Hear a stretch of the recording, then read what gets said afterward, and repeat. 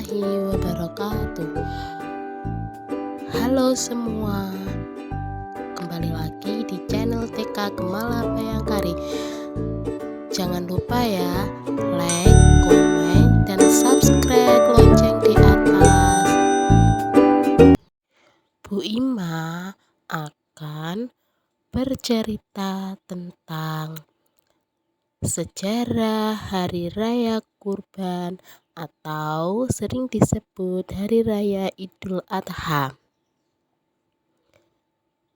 Bermula ketika Nabi Ibrahim alaihissalam mendapatkan wahyu dari Allah melalui sebuah mimpi. Sebagai salah satu utusan yang dipercaya oleh Allah untuk menyebarkan ajarannya, Nabi Ibrahim percaya bahwa mimpi yang dia lihat saat itu merupakan pertanda perintah dari Allah Subhanahu wa Ta'ala. Pada mimpi tersebut, Nabi Ibrahim melihat dirinya sedang menyembelih anaknya sendiri, yakni Nabi Ismail. Mimpi tersebut tentunya membuat Nabi Ibrahim gundah karena harus mengorbankan anaknya sendiri.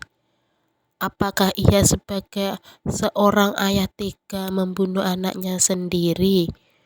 Pikir Nabi Ibrahim. Nabi Ibrahim menyampaikan isi mimpinya.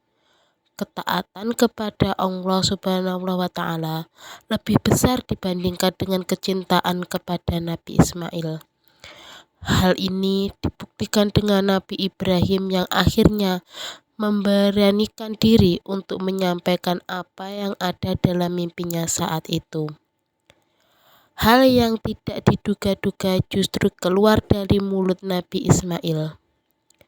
Nabi Ismail justru mengiyakan dan mengamini apa yang sudah diceritakan oleh ayahnya.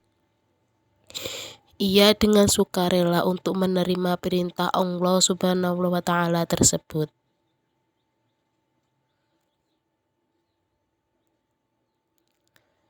Sesaat sebelum Nabi Ibrahim menyembelih Nabi Ismail,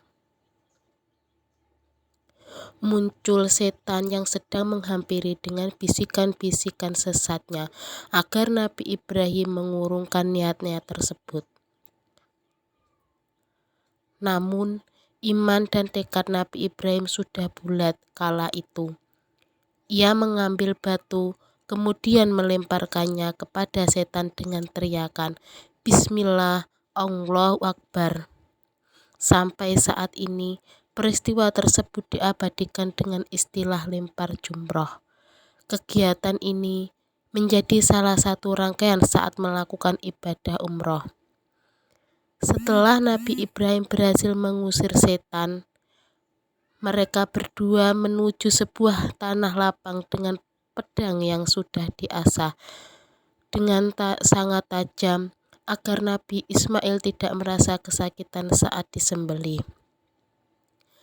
Hal tidak masuk akal terjadi saat Nabi Ibrahim mencoba untuk menyembelih Nabi Ismail.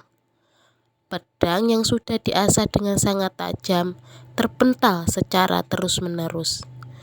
Di tengah usaha yang tengah dilakukan oleh Nabi Ibrahim, Nabi Ismail meminta agar talinya dilepaskan sebagai tanda kepasrahan atas perintah Allah. Di tengah usaha yang dilakukan Nabi Ibrahim, secara tiba-tiba malaikat Jibril datang menghampiri mereka berdua untuk menukar Nabi Ismail dengan hewan ternak, yakni kurban. Dari peristiwa tersebut kemudian dijadikan perayaan Hari Idul Adha atau dikenal dengan istilah Idul Kurban. Nah, hewan kurban itu macamnya ada kambing, ada sapi, ada unta, ada domba. Itulah tadi kisah dari sejarah Hari Raya Idul Adha. Sejarah singkat tentang Nabi Ibrahim dan Nabi Ismail. Semoga anak-anak bisa mengambil hikmahnya. kalau sebagai seorang muslim harus taat dan beriman. Sekian cerita hari ini.